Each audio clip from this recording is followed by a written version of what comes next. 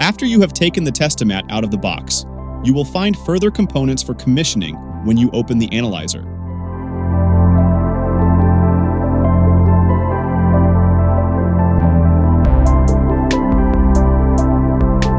The control board is located in the upper door.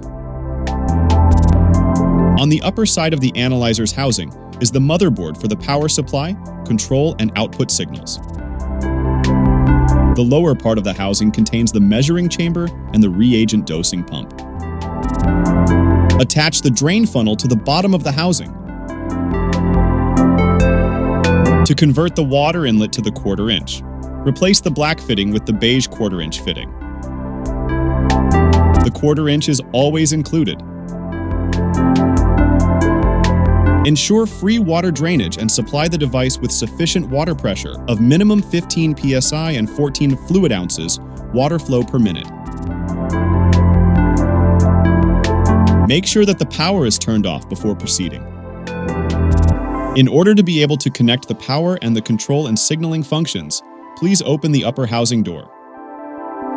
First, attach the supplied cable grommets to the right side of the housing.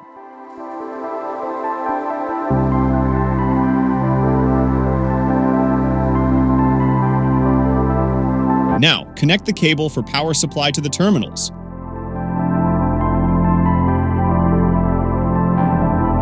Now you can connect the reagent as shown in the video using the blue screw cap provided. The unit is ready for operation and can be switched on. Before doing so, make sure that the water supply is open and that the water inlet pressure is at least 15 psi. It is important to have a water flow of at least 14 fluid ounces per minute. The analyzer automatically goes into venting mode first. You can skip the venting if it has already been performed by pressing and holding the OK button when switching on the Testomat.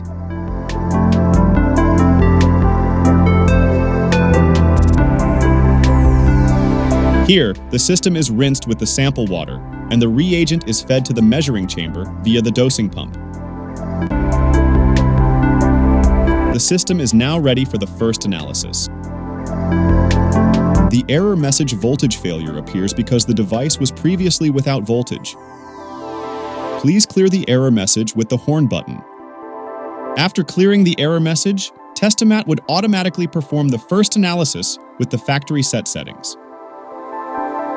To be able to set your personal configuration, you must pause the device before starting the analysis. To do this, press the pause button. When you have finished your configuration and settings, press the pause button again to go back to the analysis mode. To ensure that there is actual measuring water in the measuring chamber, it is flushed several times. After flushing, the valves close, and the water level in the measuring chamber drops to the measuring water volume. The water quality is then checked by an optical sensor. If the clear values are within the tolerance range, the measuring process begins. Reagent is dosed into the measuring chamber and mixed with the stirrer core. The resulting color change is detected and evaluated via the optical sensor.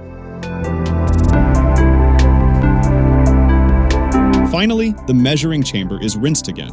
The measured value is shown in the display.